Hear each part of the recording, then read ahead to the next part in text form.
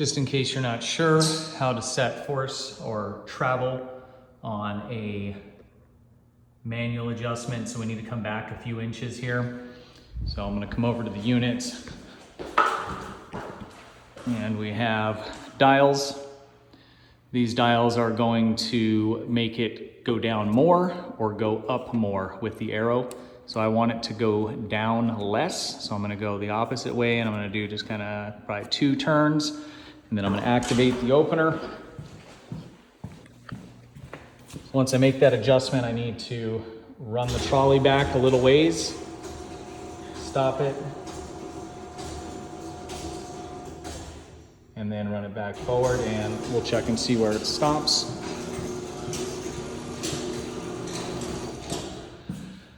So that probably needs to come forward a hair, but it's close enough so I can do my final adjustments with the door attached.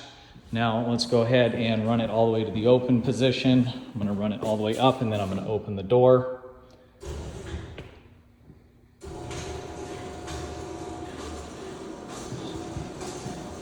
So the goal is to set the trolley so that it's either perfect with that or just a little bit behind it, because when I hook up the door, if it goes too far, we could crush the top section.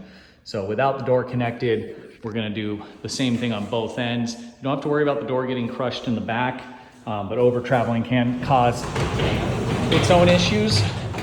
So we're just gonna do the same process with the door open, and it's about where it needs to be. And we can see that that's a good amount back. So I'm gonna go ahead and adjust that to open less. And again, I'm gonna start with just probably 2 turns. So we're gonna go against the arrow. And then we're gonna cycle the door partially. You just need to run it enough. A foot or 2 is enough.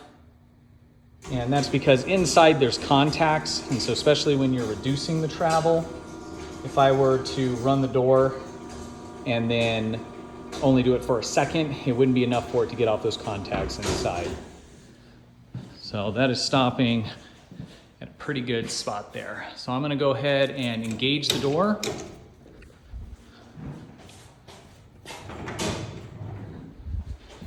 Now we're gonna run the opener all the way down. We know it's not gonna crush the door, and we know because the trolley was a little bit behind where it needed to be, we'll probably need to add some adjustment just to make it seal nice and tight.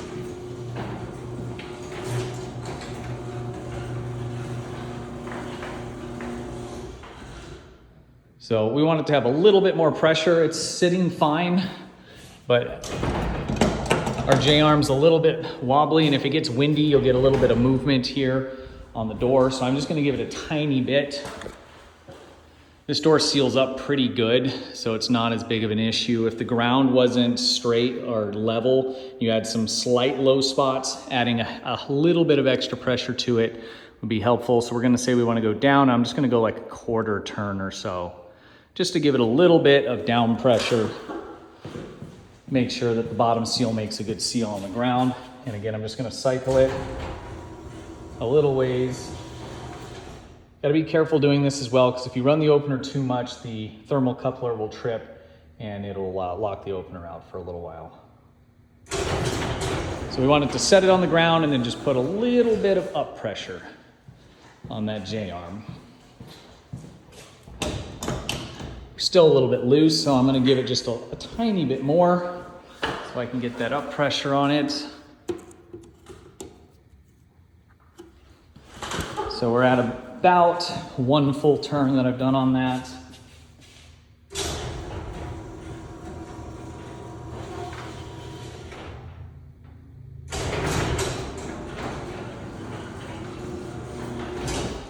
There we go. So you see it sat on the ground, and then it kind of gave a little bit of a push there. So you see there's just a little bit of tension on this rail here, and that's what we want to see.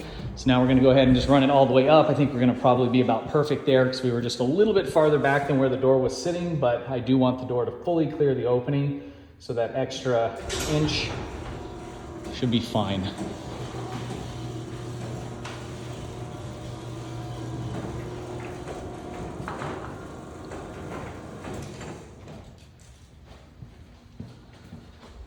So what we want is for top here and the bottom of the door to be even, or for the door to be a little bit higher. So when you pull a car in, if it was a real tall one, if it fits through the opening, then it's gonna fit under the door. And that's what we got there, so that's perfect.